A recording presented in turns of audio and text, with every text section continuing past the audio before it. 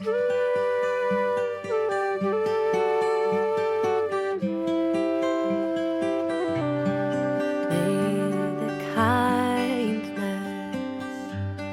starts with you turn full circle when it's due, and the flame that warms your heart burn with love and hold us when we part.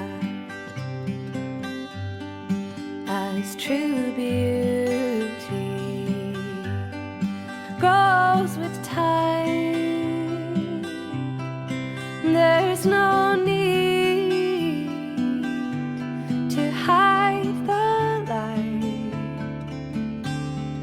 As true glances reciprocate, now is the moment worth a lifetime's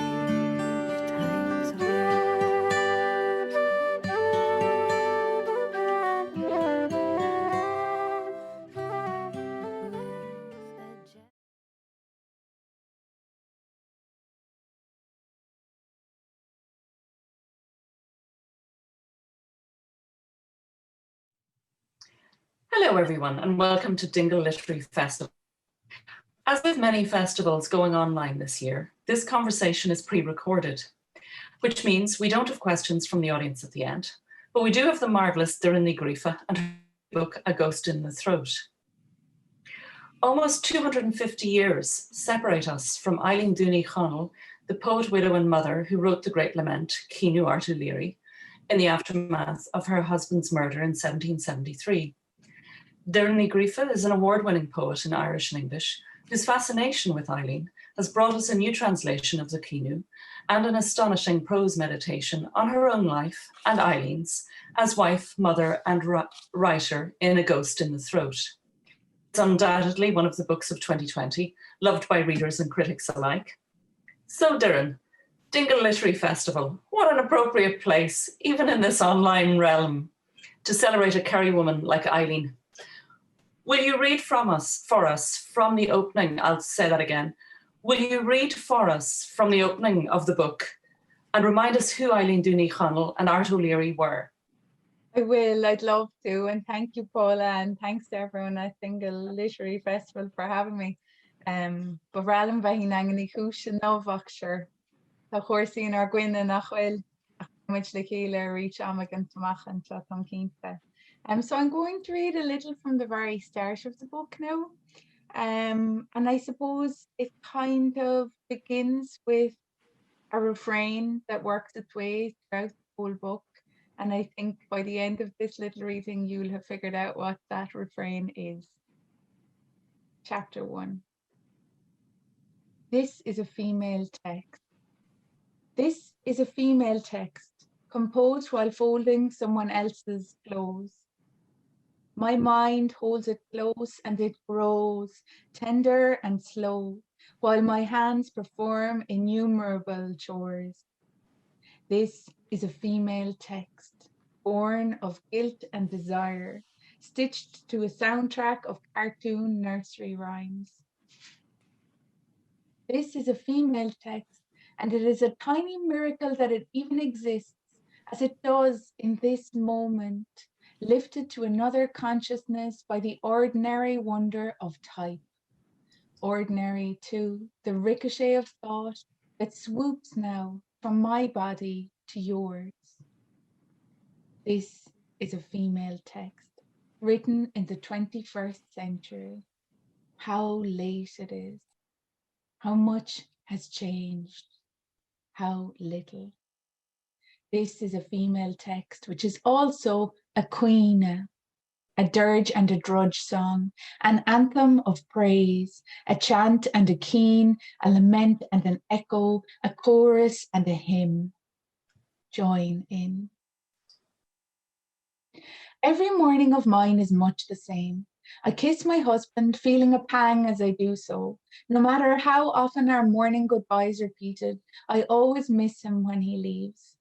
Even as his motorbike roars into the distance, I am already hurrying into my own day.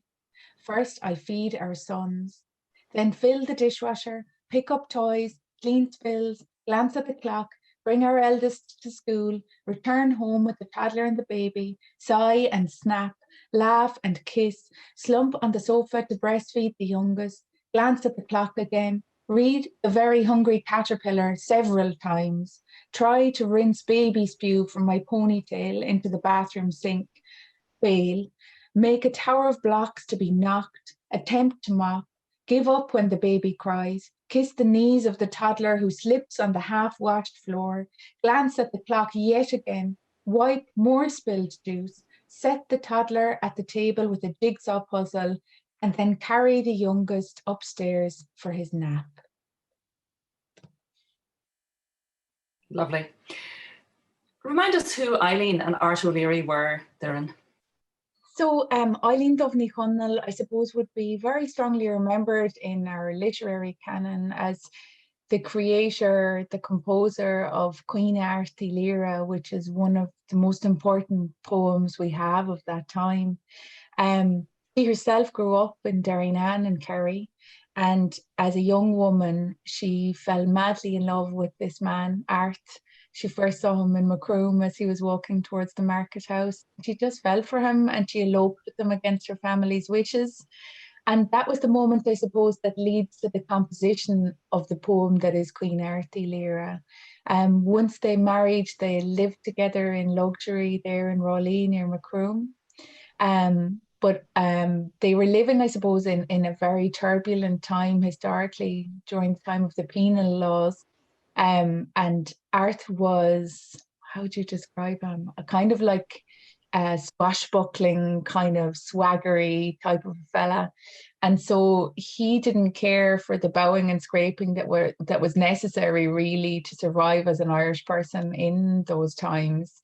So he could be seen doing flamboyant kind of gestures against the order, I suppose, as it stood at the time. There's a story, I don't know if it's true, that he would be seen like up on a barrel running on the barrel as it ran down the streets of Macroom.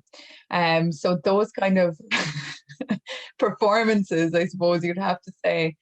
So he fell into a feud with a man called Abraham Morris, who would have been one of the magistrates of Cork. And he was declared an outlaw when Abraham Morris made an offer of £5 on Airt's beautiful horse. Now, that was legal at the time of the penal laws, that such a small sum would be offered for such an extraordinary horse. Airt refused, and that was why he was made an outlaw. And that was the action that eventually led to his death when he was killed in an ambush in a place called Caoineadh, not far from where he lived. The first Eibhlín Dubh would have known of this was that his horse returned home to her without Airt in the saddle, and that when she leapt into the saddle, it was drenched with blood. So she knew something was very wrong. And the horse carried her to where his body had fallen in Caoineadh, and she fell over Airt's body, drank handfuls of his blood, and began to howl, and that howl turned itself into a cuine, this poetic form that would have been practiced very often by women at the time. And I suppose that might sound unusual to us now, but really, you know, it wouldn't have been so unusual for Eibhlín Dubh. Her mother was a poet, and she would have been very familiar growing up with lots of women practicing at times of grief this art of the cuine, you know, so the cadence and the rules, I suppose, to put it that way, of the cuine would have been there, like almost like the tune of a song that was there in her head. So the fact that she spoke this cuine is an extraordinary moment in Irish literary history. And it astounds me that it survived so long to make its way from that moment over hundreds of years to us in 21st century Ireland. I mean, I feel that's a miracle that we have this artifact of a living woman's voice from then, and that we can, every time you or I, Paula, read it aloud, Eibhlín Dubh is alive with us again, you know, and there's something really precious and really important about the fact that we have that, you know. I mean, we say the phrase literary canon as if it's something polite and dead and something you can put on a shelf in a book. But this is something that feels to me very, very, very much alive, you know, and it's alive every time we speak it again, and she's with us. So that was the beginnings of this book, A Ghost in the Throat. That was where it began, you know. It began with me really drawing a lot of comfort and solace from Eibhlín Dubh's voice, and then the little kernel of nosiness, you know. I really wanted to know more. I wanted to see how much I could find out about this woman, and I wanted to see where that kind of an adventure would take me. You know, what is it to try to get to know someone who's dead? Is that a possibility? And so that, to a certain extent, is what this book is all about. You know, it's the story of where those questions took me. Well, it's very much a literary mystery as well. In a way, it's about women vanishing and then women like you placing yourself on the page, placing the domestic life on the page. You know, I love the female text. It felt like an incantation to me as I read. But it's a twin timeline. So the first date in the book is 2012. Where were you in your own life? And where were you in your writing life, as well as all the babies and the domestic sphere? I suppose in some ways this book is also a coming of age book of an artist, you know. It's like what they call in German a Bildungsroman, you know. It's like it's the story of how I came from, it's the story of how I came to become a writer in a lot of ways, you know. Like I didn't become a writer till I was in my late 20s. So yeah, it's kind of the process of how a person can suddenly find themselves with that artistic impulse of wanting to write and how that develops. So to answer your question, in 2012, let me think, like funny, whenever you have someone who has a lot of children, you kind of always have to stop and do sums. How many children did I have then? So in 2012, I was a young mother. I had published a number of books of poetry. And we had just moved house from the inner city of Cork to a satellite town. For reasons of money, like we couldn't afford to live in the city anymore. With the way that things were going at that time. And I suppose it was a very, very busy time in my life. I think anyone with small children is very familiar with the sense of how you're functioning on very little sleep. And how you can really feel like simultaneously feel like you're really doing your best and like you're an utter failure every single hour of every single day. So that's kind of where I was, exhausted, really trying very hard, but just feeling like I was making a bit of a shambles of everything.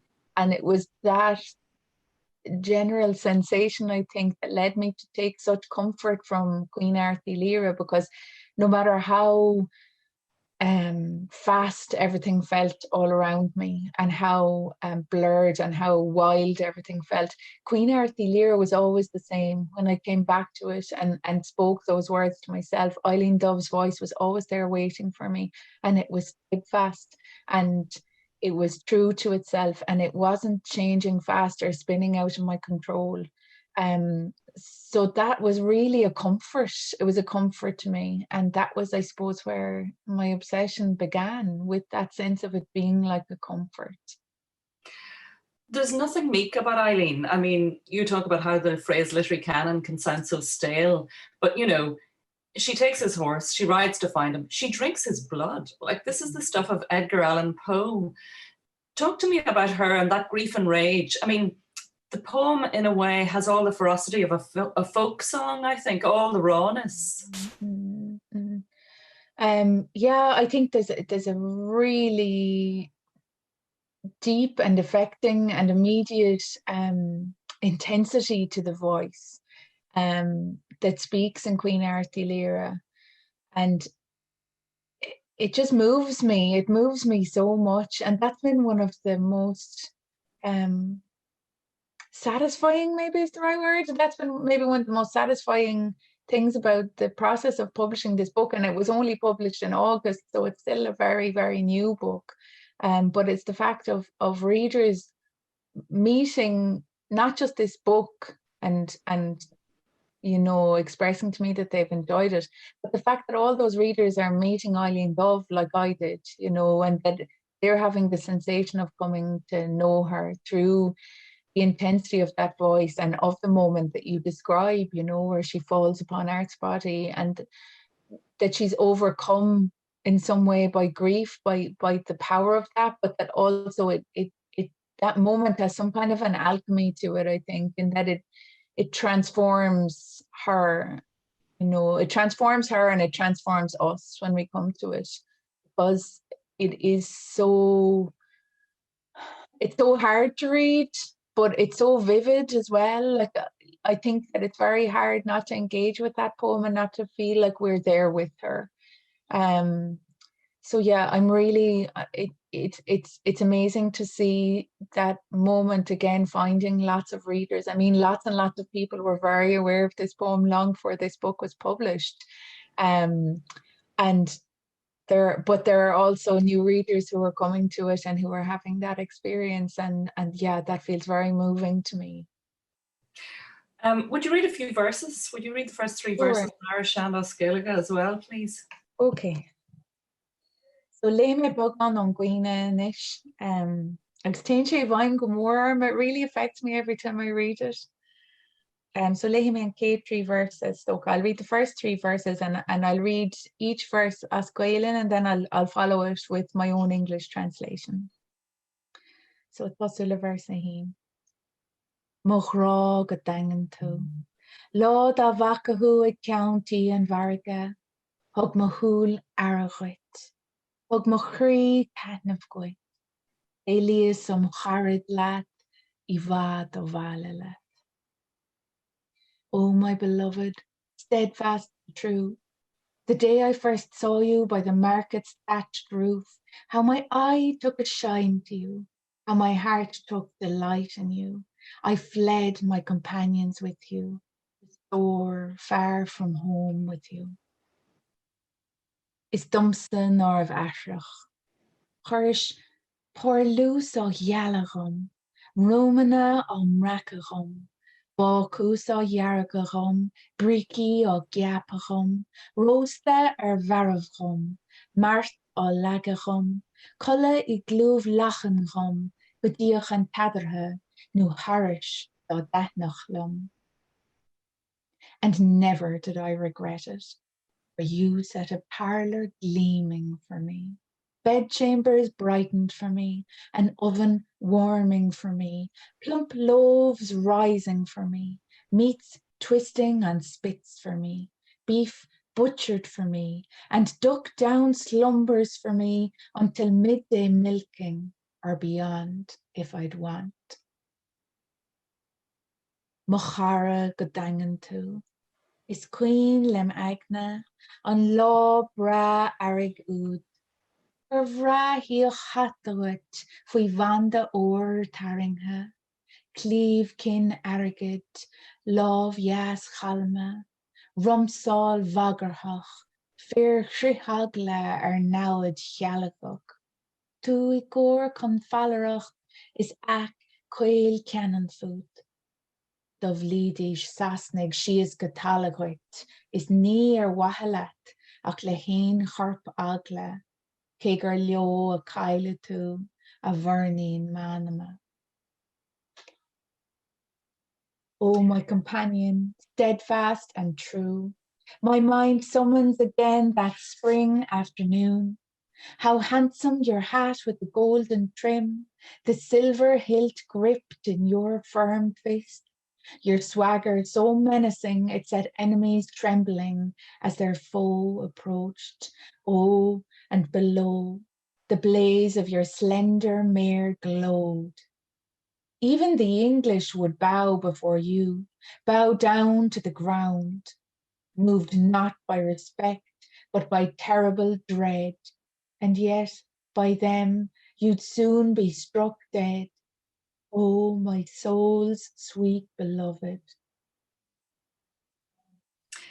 In Eileen's portrait of her husband, Art is the epitome of romance. You know, what a man to share a saddle with, what a man to spark a child with. Now, a cooler eye might see Art as a bit of a hothead Yeah.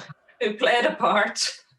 This is not a romantic view, but there is, you know, she never seems to blame him. I think this is a very 21st century take on my part, but you know, that poem, as we know, is full of revenge and it's full of anguish and full of love, as we've just heard.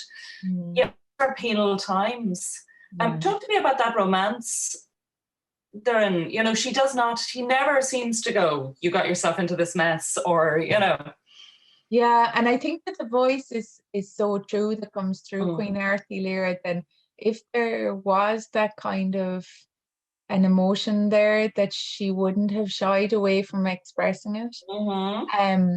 I think it's very tempting for us sometimes to engage with the literatures of the past with the eyes of the present, and sometimes that reveals us as much as it reveals the authors of the past. It reveals our expectations, you know, and the way that we approach things, or the way that we would think about things. And I suppose this text is very revealing of who Eibhlín Dubh Ní Chonaill was, you know, that she that she responded to something horrific like this happening in her life. You know, her husband, the father of two young children, and the baby she was carrying in that moment, a baby that was subsequently lost with the trauma of this event, that she would react to that with this kind of intense grief, but also like intense toughness, and to be just calling for revenge on the people who brought this horror to her door, and to be cursing them in such strong language, as occurs several times within the poem. That's her reaction, rather than maybe thinking as we might, well, you know, he did kind of bring it on himself, didn't he? And I mean, maybe actually on second thoughts, there is that element to it, but there's, I'd imagine that there were a lot of people around her at the time that would have shared maybe our feelings. So maybe I'm wrong actually in suggesting that there's a historic kind of schism there. Because when you think of how her family responded to it, that, you know, from the start when she got with Art, that they were kind of like, you know, basically, as you say, you know, he's a hothead. We want nothing to do with this, because he is going to bring the authorities down on all of us, and we're all going to have to pay the price. Keep him away from our family. We want nothing to do with you if you're going to go down this path. So and in the letters between her brothers, it's clear after Art's death that they're shocked by it, and yet that they've both feel that they saw it coming, you know, because of the kind of character he was. So yeah, but like, I mean, as much as you or I or her brothers or her family might feel that sense of, oh, sure, it's his own fault, that wasn't necessarily how she felt. She felt much more like, how dare you take this beautiful man from me, and all my curses on you, and I'm going to have to find a way to get through this, you know. You went in search of her. Yeah. So you went to places like Kilcray Abbey, which I think you were living near at the time, and you wanted to visit Raleigh House, which was the marital home, as well as Doireann. Tell us about going to the physical places that she'd inhabited. Yeah, it was really interesting. And I suppose it's important to acknowledge that as I was going through this process for a lot of it, I wasn't fully aware of what was happening. You know, for a lot of it, I didn't realize that I was writing a book. You know, like I was going on pilgrimages to places that we knew for a fact that Eibhlín Dubh had spent time, and where her ordinary female body had existed and stood and breathed and spoke, and that I was bringing my ordinary female body to those exact places and letting myself breathe and speak there. And it's funny how you come to know a book through the process of writing it, but you continue to learn from it after it's been published, and from how people speak to you about it. And a woman I very much admire, the visual artist Alice Maher, said to me that she felt like it's a very radical approach to communicating a history because it is located within a woman's body. That the radical act is locating the entire thrust of the book and the investigation within a female body. That is radical and not something that we see very often. And I suppose, Paul, I hadn't thought of it like that, because for so much of the actual process of that kind of investigation, I was going on instinct. I was really feeling like I'm going to bring myself to all these places and I'm just going to see what happens. I'm just going to see if she speaks to me there. And in what ways can a female presence still make itself felt over hundreds of years later, and so because that was my approach as I was coming to it. I mean, it's not a scientific or empirical kind of an approach, but elements like, when I was really trying to figure out where Eibhlín Dubh was buried, and was she with her parents in Doireann Abbey or was she in Kilcrea? Moments like the fact that when I stood at her mother's grave, that a wind rose really strongly and slapped my face right into my eyes, so they were stinging. Like things like that felt really important to me and significant, and because it did feel as though in some way I was connecting, in a very oblique and strange way, but in a way that was in keeping with the book that eventually grew from that. So yeah, a lot of it was unconscious, I think, at the time, that I didn't almost know what I was doing, and that it only became clear as time went on. And that element that's important to acknowledge, that I am still learning at this point even, Isn't it remarkable that we don't know where she's buried? I mean, I think Dubh Ní Chonaill comes from money. Like, we know about her because she could read and write. Well, not every woman in 1770s could, and all of that. And yet there are so many gaps, so many things, but especially something like her burial place, given how we are about funerals and death. Yeah, it is extraordinary. Now, there are a lot of different theories about where she's buried, and the people that hold those theories often feel very strongly certain about it. But when you look for any kind of a paper trail or evidence of it, it can be quite difficult to tie it to fact. So much as sometimes I'd want to believe that she is in one of the places that, that the theories would suggest, I kind of balk from that idea a little when there isn't a series of facts to back it up, But yeah, it's very, I was going to say there, it's very strange how she disappears, but the awful thing is that it's not strange at all. It's ordinary. It's the fact that, women do disappear all the time. They just blend away. They're just gone, and I always think of it like steam. Steam seems so present. If a pot is boiling or if a kettle is boiling, it seems so itself and so present, and like it will scorch you. It will have a bodily effect on you. And yet it goes so fast, it just disappears. So it can be so powerful in its presence, and then it's absent before you know it. And I mean, it's a bit distressing, isn't it? How easy it is. And I'm not convinced that time has changed that necessarily. I think that we're very careful in how we document the important male lives that surround us, but sometimes women can still be forgotten. And that's something that saddens me, to tell you the truth. Yeah, it saddens. And here you are documenting domestic work. By contrast, you place your life on the page in a certain way. The only artist who came to mind was Kate Bush writing a song about washing machine, or a song called This Woman's Work. But it seemed to me a very deliberate contrast. You're searching for Eibhlín, you can find her, you can sense her, but there's a lot gone from it. But, a lot of this domestic work is folding laundry. It is this stuff, it's not usually documented. Talk to me about those decisions, because this is your female text. Yeah, and I suppose, like, I have to be careful about how I have internalized certain patriarchal views. Like, I get kind of embarrassed when people ask me about that the domesticity and how it makes itself felt throughout the book. But I have to fight that urge in myself, because this isn't embarrassing, or it shouldn't be, it shouldn't be.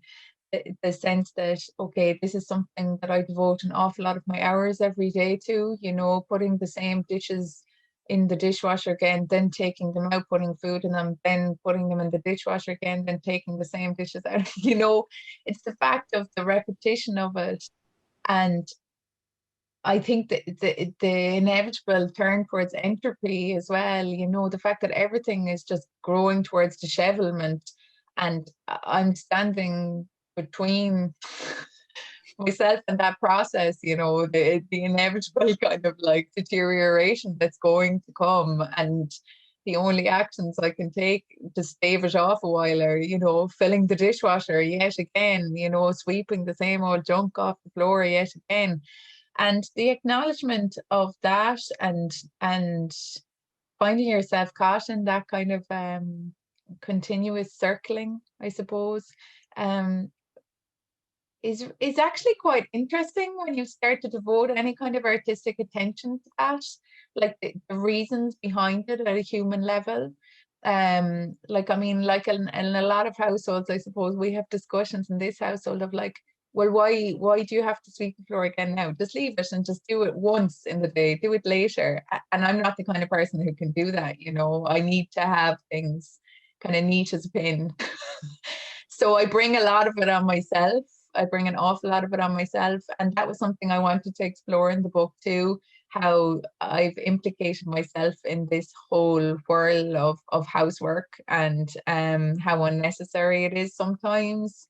And how I'm sometimes have tended to trap myself in that kind of routine of what would have traditionally been considered female work, but it's just human work really, and that kind of traditional archetype, and how I have somehow ended up choosing that life for myself and questioning myself about that. So I felt that led me in some interesting kind of directions. Anytime I think you turn a mirror on yourself and start to ask yourself hard questions, and my hard question is always, what the hell are you at? What are you at? You end up with some difficult but revealing answers, I think, about the person who's looking back at you from the mirror. So for better or worse, I used some of this book to ask those questions of myself about housework. I think it makes us all conscious, though, of how we thread it through our day, especially now some of us are working from home more than we used to. You said to translating the Caoineadh. Many poets have. Mhona O'Rourke has, Paul Muldoon, a little of it, Thomas Kinsella, Eilish Dillon. How did that go for you, and what did you learn in the process? I found that really interesting, actually, the sense of engaging with a long history of poetic effort. That's how I think of it, of literary labour. So many people have knelt at the feet of Eibhlín Dubh Ní Chonaill and attempted to carry her words into English. And I amn't a fancy famous poet like some of the people that you name, and I don't have a professorship or a PhD or anything like that. Like, in a lot of ways, I felt at the time like, who am I to do this? I'm just a housewife, and so I felt quite brazen in a lot of ways, even in attempting it, because how dare I? And that is something that has come up several times in interviews, where interviewers really do feel like, who are you to do this? And the way I felt that was a locked door, because I knew that those questions would be leveled against me before I even tried it. And so it felt quite like a locked door for a long time. And the way that I fashioned a key for myself, which really has been my whole life in writing, has been meeting various locked doors. And some of them I just feel are locked from within myself. They aren't actually locked. And I have to fashion myself a little key to get through those doors. So the way I made my key for translating the Caoineadh was to say to myself, well, so what? All these fancy, famous people are doing this all the time. I still feel close to this poem. And what is the translation of this poem, of carrying it over verse by verse into a different language, than another kind of housework? Like it's often said, the word stanza in Italian evokes the idea of a room as well. So that I had the sense of like, here's this stanza, this room, which Eibhlín Dubh has furnished and chosen everything for her so perfectly, picked the shade of the walls and the floorboards and the rugs and everything. And here I am, and I'm taking every single one of those details and embellishments, and I'm going to try and rebuild it in English. And that sense of it being like a housework, you know, of straightening the curtains, making sure that the metrics felt right, even though they couldn't, for me, with the type of poet I am, be exactly the same. You know, there wasn't that sense of intense fidelity or equivalence there, that maybe I would have liked to have had there sometimes, but that I could get it as right, that I could make those curtains fall as closely as I was capable of, you know, and acknowledging that I couldn't do it perfectly, but I was doing it my way. So that was the key that I fashioned to get through that locked door, you know. And when I came to the end of that process, I very much felt like it was very liberating to see that my own translation had just as many flaws as everyone else's translations that they have attempted, because I'm just as flawed as anybody else is, any other writer is, but that I tried. And it was the act of paying such close attention to her poem in every little choice that's in it, you know, and of seeing the tradition and the general form of the Queen and how she represented that within her own Queen. And I just felt very, very close to her through the process of translating it, and that became what was the most important thing for me about it. But yeah, basically it's bold as brass. I mean, who was I to translate it? I'm not like those people that you name, but I am just me, and maybe I have different things to offer, you know. Lots of us think, of course, you should be translating it, by the way. We think, of course, this award-winning younger Irish poet, you know, we expect you to. Except me. I'm the only one who doesn't think so. I think you've answered it a little, but I'm going to ask you anyway. What was the impact on your own voice of following this voice? You know, you talk about this ghost in your throat. I suppose in some ways it was in her sense of poetic vision. And I always think of someone's poetic vision like a really specific pair of spectacles that is suited to their particular flaws of vision, their particular strengths of vision. And when you're translating that, it's almost like trying on someone else's spectacles, and your eyes are trying to adjust because you have your own sense of vision. So there was a bit of that about it. There was a bit of grappling with her voice, and it became really interesting to me to see how much she influenced me in how I went forwards from that. Like, before I attempted to write this is the only book of prose I've ever written. And before I attempted to write it, I had written about her in a poem in my book Clasp, which was 2015. And I have a poem about her in my next book, To Star the Dark, which will be published next spring. So she was there with me and has been there with me for so long, and it's made itself felt within my own kind of poetic lexicon, I suppose, so strongly. And I do still feel like she's very much with me. Like, I think the act of attending to another woman's life, particularly another creative woman's life like that, is bound to impact you in some kind of profound artistic way. And I do definitely still feel that in the work that I'm trying to create now, you know. But there are lots of women that I carry with me. Like, it isn't just Eibhlín Dubh, you know. Like, there are so many important women to me in my creating, you know, and in my efforts to continue writing, like Ruth Stone, Deborah Diggs, Lucy Brock-Broido, and living poets as well, like Paula Meehan, Biddy Jenkinson, my own contemporaries, Asquelan, you know, Alvin Garvey, Afric Mackay. These are all strong poetic voices. Nuala Ní Chonaill, you know, like, I mean, I could be here all day when I start naming people. Like, these are, you know, Bonreen is the word that comes to mind, you know. These are the queens of my literary universe, whether they're here or they've gone on to another life. They're very much present every time I sit at the desk. Kathleen Maud, my God. And, you know, Michael Hartnett. There's loads of other writers that are with me all the time, and Eibhlín Dubh is one of them. And I'm very grateful for the presence that all of them take up in my own imagination, I suppose. You know, they're really, really, really important to my process and to who I am as a person, every single one of them, and so many more people that I'm going to be kicking myself now after this conversation, because I've obviously am forgetting like really important people to me. But yeah, it's so important. And I think every writer surrounds themselves with voices that help them along in some way, whether it's as a source of solace and succor, or whether it's as a spur, you know, whether it's like, you know, that person, wow, my God, I really want to be able to do that someday. And they're all really valuable. I suppose, you know, it's like what I was saying earlier about a key for a locked door.